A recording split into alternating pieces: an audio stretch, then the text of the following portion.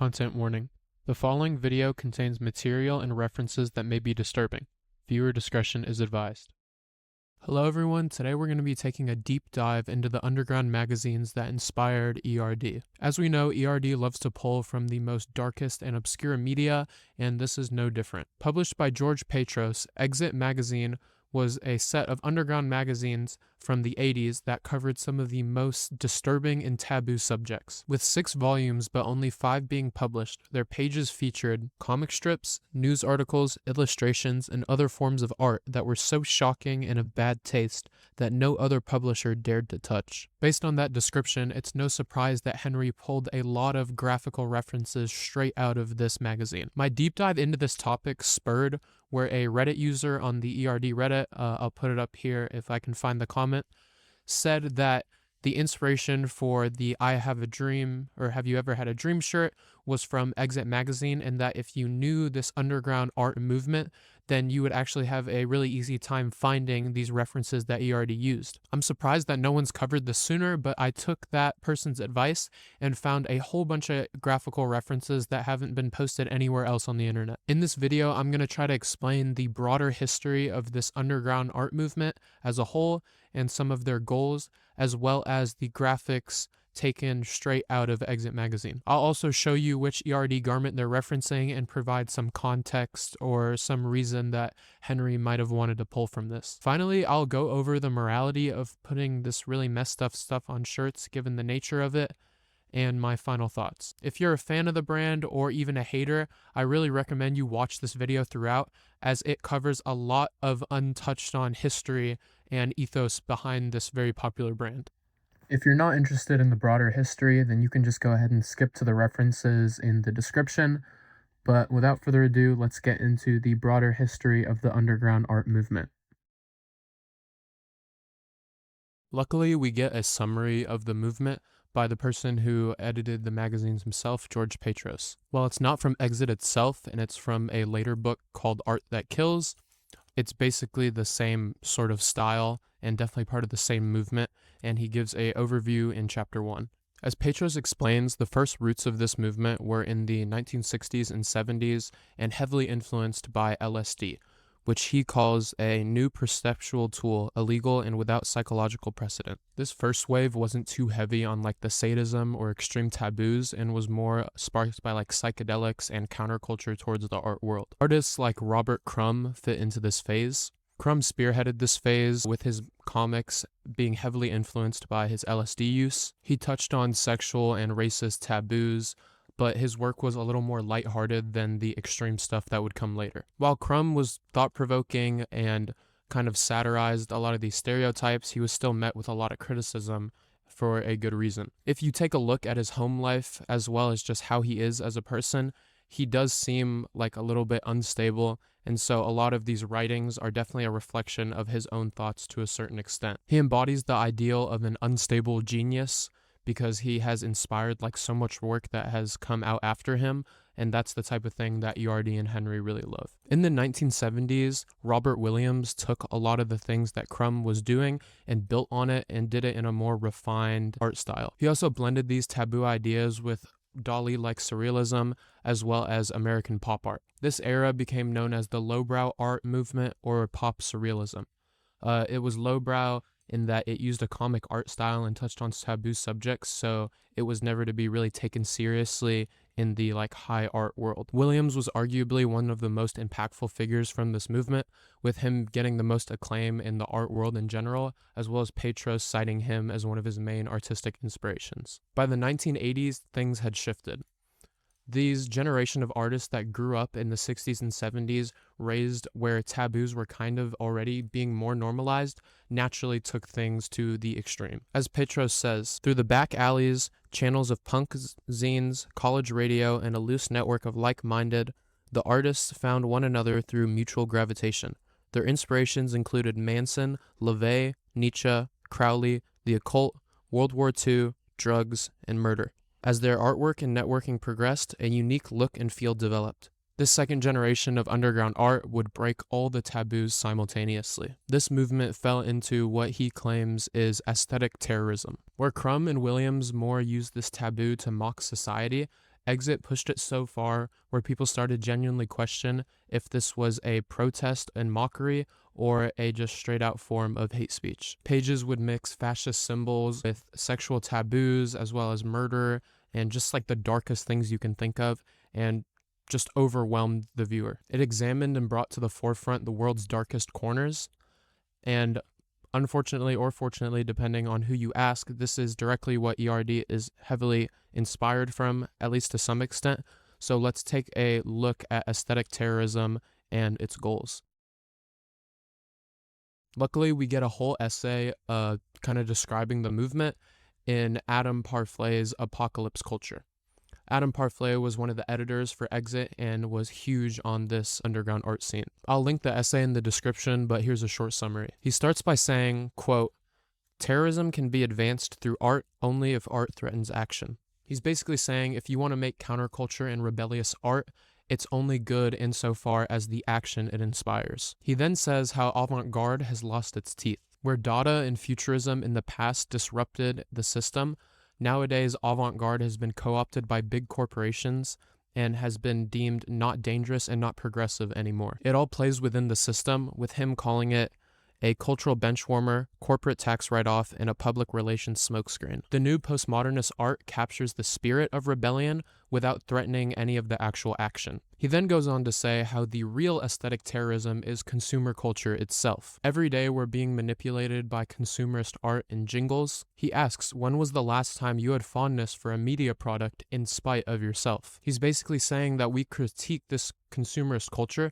but it's so strong that at the end of the day, we still buy into it. Even artists who initially protest it eventually get sucked into the system, with him saying, smugly pretending to spit in the eye of the exploiters while allowing themselves to be pampered, deloused, and when they're not looking, declawed.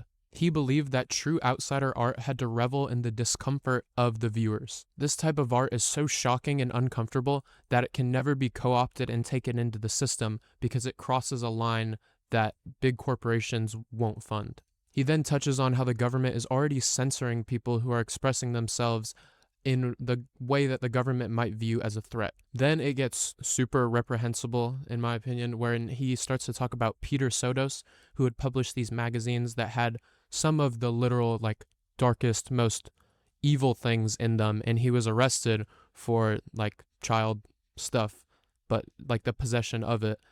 And he's defending this in the way that he understands that it's bad and horrible, but in the pursuit of freedom of expression and art in the most radical ways, he shouldn't have been prosecuted for it almost. I'll touch on this part in the morality section of this video, but this is where I start to draw a line and I can't agree with this stuff. He cites how if people can get arrested for ideas and expression, then the government can push the envelope further and further to where people will start getting arrested for just saying anything slightly controversial. He views these aesthetic terrorists as scapegoats of the government to focus America's attention on these quote-unquote evil people, while the real evil is the system behind it all. He ends off by saying the future of aesthetic terrorists won't be in celebrities who are trying to push a movement, as they'll eventually inevitably get co-opted by the system, but rather people who work in the enemy camp and kind of lay undercover and take things out from the inside. In short, he values extreme freedom of expression, saying that the ends justify the means, and he publishes the most extreme content to kind of push this barrier, even though if he doesn't agree with all the content that he's publishing necessarily. Now that you kind of have a understanding of this movement, we're going to get into the graphics, but please stick around towards the end because I'm going to have a whole analytical section about what I think about it and how Henri is using it and just all the little nuances, because right now I'm just giving you a description of what they're saying, but I'll also offer some critical thought and commentary, so stick around for that. But anyways, let's just get into the graphics and references. For the sake of time, I'm not going to go over all the volumes and pages. I'm only going to go over the ones that ERD has directly taken reference from. I'm going to start with Volume 2 as I couldn't find any references in Volume 1. On page 4 of Volume 2, we get this piece called What is Democracy by Adam Parfley and George Petros. In the bottom left, we see a depressed man getting handed an egg from a bunny. This graphic is used on the Easter Bunny long sleeve. This composition as a whole can see as a criticism or satire of democracy, with an image corresponding with some text. In this case, it says 365 days till Christmas. This could be a nod to how democracy and just society in general keeps us distracted and waiting on these holidays and special events while our regular routine life is pretty boring and depressing. On page 15, we get a comic adaptation of H.P. Lovecraft's The Tomb. It's a really cool horror short story and is illustrated by Byron Weber. You should definitely check it out, as it's not as dark as a lot of the other stuff that is featured in these magazines. This middle left graphic is used in this ERD sweater. Now on to volume 3. On page 21, we get this piece, Love Opened My Eyes, by Boyd Rice.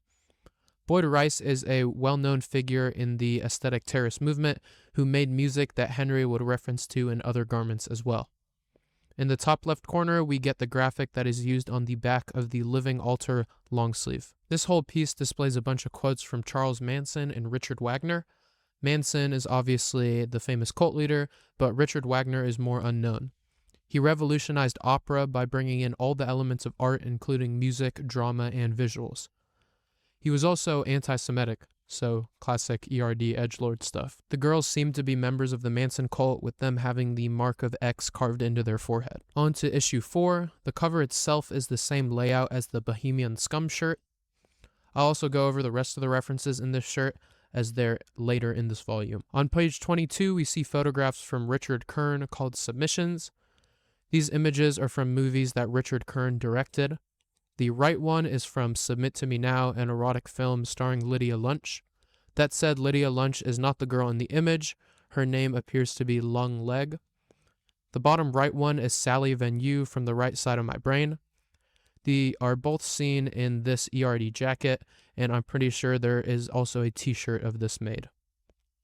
The music in these sadistic films were produced by the guy J.G. Thirlwell, the same guy who made the cover art. The text used in this garment is from page 25, with the piece, Melt Down, the Gun is Loaded. This is a compilation of confessions from Lydia Lunch, the girl that starred in all these sadistic films. On page 44, we get They Made It Bad by Michael Andros. This piece spans multiple pages, but on 44, we see a graphic for the Have You Ever Had a Dream shirt. On 45, we get multiple graphics from the Bohemian Scum shirt. On page 48, we actually get the words Bohemian Scum from the shirt. This piece seems to be like a criticism of psychedelics and 60s culture, saying how psychedelics had been very positive and enlightening, but eventually became co-opted, overused, and abused. This page also has plenty of Manson and Nazi references as well. On page 55, we get Revolver by Robert Luther. I'm not going to show you the whole thing for YouTube's sake, but this seems to be some extreme fetish film with a girl dressed in Nazi attire.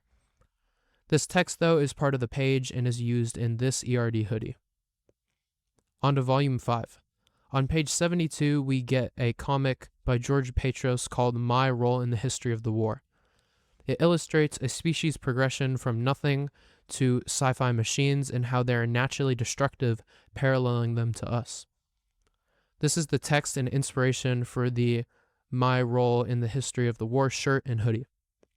The words on the front are not in this magazine, but I did some research and they seem to reference Heinrich Anton Müller. He originally invented some farming tool, but he couldn't patent it and it was stolen, and after that he went insane. After being in the psych ward, he began drawing as well as creating elaborate machines, often lubricating them with his own bodily fluids. This insane artist theme is one of my favorite parts of ERD. On page 88, we get this drawing of Nietzsche used on this shrunken shirt. The image is from T.M. Caldwell, and in this section of the magazine, we get a bunch of Nietzsche quotes paired with drawings from various artists. On to our final volume, volume 6. On page 12, we get more references to the Living Altar long sleeve that we looked at earlier. The whole composition is by Robert Taylor and showed multiple mathematic progressions related to pi. We first see Edmund Halley, who has played a pivotal role in ensuring the publication of Newton's legendary Philosophia Naturalis Principia Mathematica. That said, as noted by user Arglebov2013 on Reddit, the picture seems to look a lot more like astronomer William Herschel, who discovered Uranus. Then we get three scientists, Albert Einstein, Nikolai Lobachevsky, and Bernard Riemann. They all played huge roles in the development of non-Euclidean geometry. The text in this garment is from a fetish artist Michael Manning's work, Transfiguration Loop to Wave. I'm not going to show it for YouTube's sake, but it's some weird fetish comic. On page 30, we get Michael Andros's As I Am, You Shall Be, and this graphic specifically is featured on this hoodie. We then see a history of pentacles and pentagrams and the golden ratio, once again by Robert Taylor. On page 34, we see this Jewish star thing that's seen in the Have You Ever Had a Dream shirt. On page 38, we get another one from the same shirt. This, I guess, is Helen Wills, who is a famous tennis player. Finally, on page 39, we get the last living altar reference with this Soviet art that is in the middle of the girl's chest. By the way, the man in this image is Alexander Crowley, prominent occultist, and the girl is one of his followers, Lila Weddle. That's all the references I found, but I'm sure there are many more, and I urge you guys to check it out for yourself. Now let's move on to the ethics behind putting all these shocking and disturbing things onto clothes. Now we have to ask ourselves the question that's at the core of this whole debate and movement. Do we allow radical free speech even if it has the possibility of spreading dangerous ideas? Now, this is just a deep philosophical question that's posed by many thinkers. Like, I'm not going to be the one to guide you through these arguments. And honestly, I'm not well read enough on any of this to really give an opinion. So I'm just going to kind of go over the thoughts of each side briefly from what I understand. On one hand, it's pretty straightforward. Some ideas are just so dangerous and can incite real harm that it's worth blocking them out and not pushing them. Some argue that if we give complete freedom of speech with absolutely no regulations, that these hateful ideas can spread and take over our originally tolerant society. On the other hand, Parfrey and his contemporaries believed in absolute free speech and published what they did because no one else was. This was a pre-internet age where some true crime murder YouTube video or fetish forum wasn't just one click away. They published things that no one else would to keep these fringe ideas talked about and uncensored. He said in an interview that he never agrees with any of these perspectives necessarily that he's putting out, and rather he just views them as a distribution of information. He wants people to confront the darkest parts of society so they can deem what's right and wrong before society pre-filters what they can or can't think about. He cites examples like Nazi Germany or Soviet Russia, to where things were censored and your moral judgments were broadly based on the consensus of the government, and these other dangerous, as the government would say, ideas were not available, and you lost a lot of your critical thinking. People would obviously counter saying our today's society and culture is just a lot more morally progressed than those of the past. But if you think about the people that were living in those time periods, didn't have this reference. They thought what the government was telling them was right, and if they have no other means to explore what the society at the time deems as controversial ideas, then they would have never broken out of it. Once again, this is his argument. I am just, don't shoot the messenger. I'm just giving y'all the information. Also, I wouldn't usually make a video on this topic. I'm not super interested in this freedom of speech debate. It's definitely cool to think about, and these dark things as well. But I only really researched all of this because I think it's important to understand what's behind the brands that we love. And with ERD becoming more and more popular, I think there's just a huge lack of journalism behind its roots, really. Also, to a lot of people, what Parfrey is saying could just be cope, honestly. It could just be a sick person who's interested in these really sick things, which he kind of says he is, just out of morbid curiosity, and he's trying to justify his publication of it with these mental gymnastics or whatever, but that's for you to decide. We also have to consider, in the case of ERD and clothing, there's no further context that someone will get just walking past you on the street. And I know you could say oh, it's not the artist's job or my job to provide the context. I can wear whatever I want, but you also have to think about how that's going to make other people feel. And I know you can just say oh, I live for myself, I'm going to do whatever, but I mean, you're not in this world alone. You have to think about the thoughts of other people to a certain extent as well. Now, that all said, I don't think Henri is pulling from the aesthetic terrorism in the exact way that Parfrey is describing in his book. Yes, he's definitely taking the aesthetic and some part of the ideologies, but is his end goal the same? I don't think we'll ever be able to know. It could just be that he has a broader interest in just outsider art in general, as he's referenced many other things that are kind of in this vein but aren't exactly considered like part of the aesthetic terrorist genre, as evident through all his books he collects in like anti-public library. Does he probably want to push the boundaries of what's acceptable in art? Yes, but I don't think he's doing it in the same way that Parfrey describes, because as he says, it's really impossible to really provoke these thoughts while playing within the confines of the system. Even with how crazy ERD's graphics get, if they were really trying to provoke to the fullest extent like this movement states that things should be done, they could get a lot crazier for sure. And we have to remember, at the end of the day, ERD is still a huge brand that is like hosted in Paris Fashion Weeks. It's stocked around the world. Like, it's not some little outsider art movement that's like really shaking the world in the way that aesthetic terrorism is described to be. Parfrey would honestly probably hate Henri, as he's just co-opting these symbols that they created and working them within the confines of the system and profiting off of it. So I don't think that their ideologies would really like completely mesh. In one sense, it's pushing the boundaries a lot by putting it on clothing and it infiltrating kind of the highest fashion circles as well as just normal people on the street.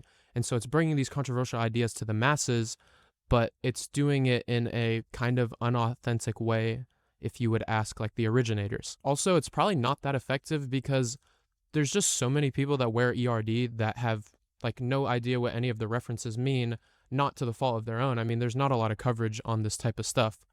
And it kind of also serves as a commentary, as people will just eat up cool graphics without knowing like the deeper meaning behind it. And I'm not even saying that's like necessarily bad, but I think if a lot of people understood what was on it, I don't think they would be down with it to like wear it really, honestly. Even people within the community who have been like outraged just recently because of the recent collection with like all the Stalin stuff and then the new stuff with like the Nazi stuff, they're kind of just now saying that this is like a big problem with the brand and how can they still support it when ERD has been pulling references like this for many years. I think Henry's just probably interested in this outsider art genre in general and pulling the aesthetics and some of the ideas from it, but not pushing it to its furthest extent. He's taking the ideas and reinterpreting them into his own art, which is kind of also what he did with punk, as people can't say like, oh, this is truly punk because he's charging thousands of dollars for like a thing. It's more he's taking elements from both of these genres and reinterpreting it in his own art. I definitely don't think he's endorsing all the ideologies in this extreme movement, such as like he's not endorsing each act of like racism that he prints. It's more just to piss people off, like provoke their thoughts, and get people thinking about why what they're seeing is really making them angry. It's worth noting that Henri himself is Jewish, and ERD has made many pieces criticizing fascism as well. This one is like a reference to like an anti-Hitler like political cartoon, and this one is a book about why fascism doesn't really work. That doesn't make it immune to criticism, obviously, but it makes it a little harder to hold the position that he endorses all these ideologies. You could still argue that I don't care about the context. Like, this stuff is just unacceptable to put in art and on clothes. And like, yes, you could, like, that makes sense and fits into the argument better. But I don't think it's really fair to say that he endorses all of these ideologies. That said, I have no doubt that Petros and Henri and Parfrey are genuinely interested in like some sadistic and messed up things. No person, no matter how much you care about like the radical freedom of art, is going to really push this envelope that much if you're not somewhat interested in some really messed up stuff. So do I think they're like 100% scot-free, like normal people in the furthest sense? No, definitely not. For me, I'll probably still wear certain ERD pieces, with me wearing one right now. There's going to be some pieces that get so dark and controversial that I don't want to wear them, but at least now I kind of understand why they exist, at least from the people in that camp's justification, even if it just reads as like edgelord cope. Then there's going to be some pieces that harp on themes which I am interested in, which I probably will wear. I found their stuff to fit incredible, and I'm really intrigued with their runway work as well. I'm just never going to wear an ERD shirt with like a swastika or like some serial killer on it, just because, like, why? there's no context for anyone that's seeing me in it. And honestly, like, I don't care about the radical freedom of art and like all this huge movement. And I don't think it's a nobler cause than just not pissing people off. It also just makes me uncomfortable to a certain extent, and I'm definitely not going to make this the hill I want to die on. Even like the erotic stuff that ERD doesn't, and like the drug stuff as well, doesn't interest me as much. I'm more interested in like their occult philosophy, religious type stuff. I also like the like insane genius theme that they play on a lot, as well as just the aesthetic, because the aesthetic itself has just been so strong and stayed throughout so many years, where it's like it was originally birthed through like punk magazines and stayed up to now. And if you ask people why they buy ERD, that don't really like understand all this stuff or connect with it on like some personal level, they'll just say the graphics. I mean, the graphics are amazingly done, and Henry like perfectly repurposes all of them to make them more palatable and appealing. Doing this video has just made me realize, and I hope it makes you realize too, that there is a lot behind this brand. I know they get a lot of crap for just like being a huge poser thing, which like to each their own. You can hold your opinion. Each person's going to have like a subjective value towards something. But there's just been so much for me to dive into and uncover behind this brand, and it's just been really fun to like discover references that haven't been posted elsewhere on the internet and make these connections and share all these my thoughts and stuff I've discovered with all of y'all. Also, I'm sitting on some other like ERD graphical references that I found, not on like the Reddit or anything, just scouring through like magazines that are adjacent to what Henry likes, and I've found a couple things. So I'll post those probably in chunks. I'll maybe make videos saying like, oh, like 5 ERD references, or I don't even know. But I know this is kind of a darker video, and if you're not a fan of the brand, don't worry. I'll be making more like Raf Simons stuff and Number 9 stuff, as those are like my other 2 favorite brands. So I think that's it. Goodbye.